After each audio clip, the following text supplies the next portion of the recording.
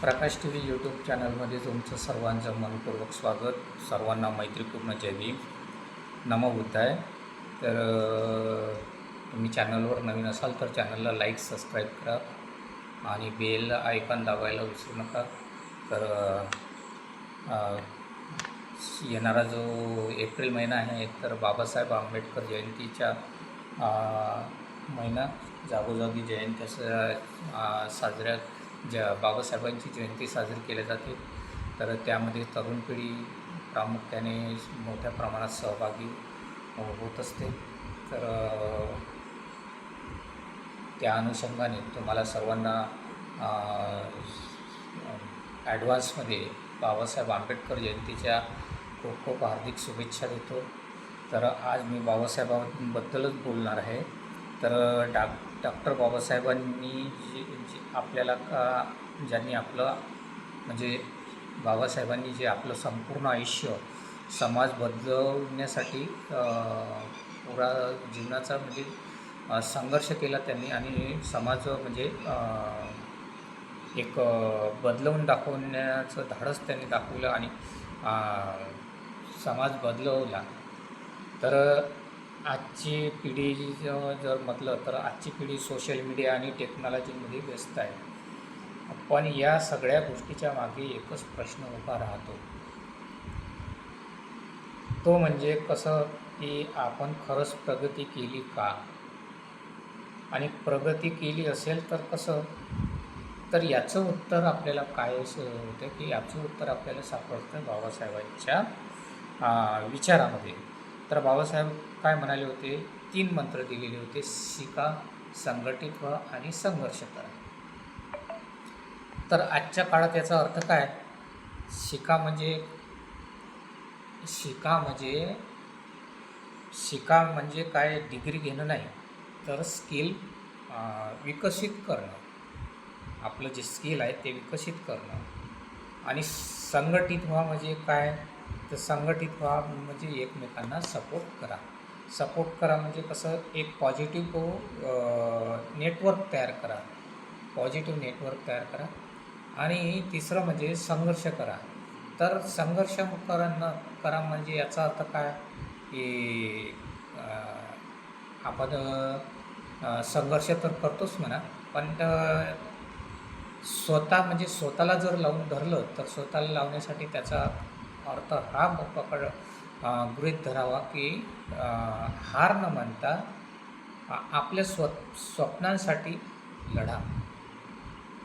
तर आजची पिढी काय आहे की आज आपण काय करतो, इंस्टाग्राम रील बनवतो, यूट्यूब शॉर्ट बनवतो. आणि पण बाबासाहेबांनी आपलं आयुष्य रिअल बनवलं. बाबासाहेबांच्या काळामध्ये कुठे काही या गोष्टी उपलब्ध नव्हत्या. बाबासाहेबांनी आपलं आयुष्य रिअल बनवलं आणि संघर्षातून यश मिळवून त्यांनी आपल्याला संविधान दिलं. पण त्यातून महत्त्वाचं म्हणजे स्वाभिमानाने जगण्याचा अधिकार दिला. आणि ते आपण आज स्वाभिमानाने जगत आहोत. तर आजच्या तरुणांसाठी बाबासाहेबांकडून काय शिकण्यासारखं आहे, तर पहिलं म्हणजे वेळेचं महत्त्व, दुसरं म्हणजे शिक्षणाची ताकद, तिसरं म्हणजे स्वतःवर विश्वास, आणि चौथं म्हणजे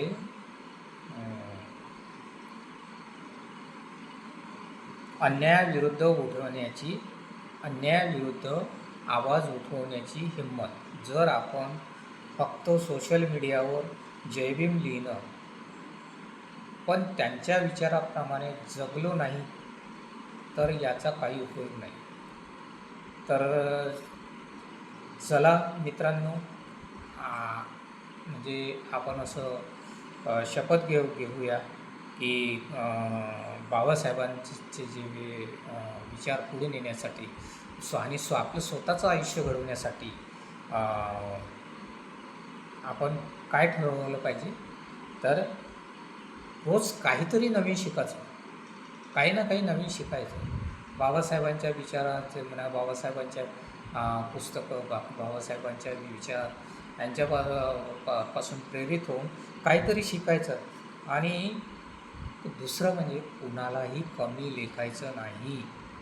कोणी का असेना, तो आपल्यापेक्षा थोडा कमी दर्जाचा असला किंवा उच्च दर्जाचा असला किंवा काहीही असला, तरी पण त्याला कमी लेखायचं नाही.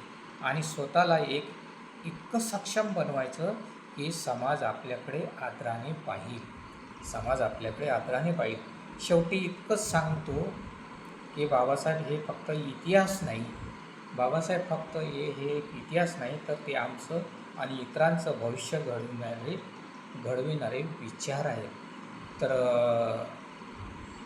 निश्चितच आपण या बाबासाहेबांच्या विचाराच्या निश्चितच आपल्याला फायदा होईल असा मी गृहीत धरतो. आणि आजचा व्हिडिओ तुम्हाला कसा वाटला तर त्याबद्दल नक्की कमेंटमध्ये नक्की सांगा. आणि तुम्ही चॅनलवर नवीन असाल तर चॅनलला लाईक सबस्क्राईब करा, कमेंट करा, शेअर करा. तर इथेच मी थांबतो. जय भीम, नमो बुद्धाय, जय संविधान.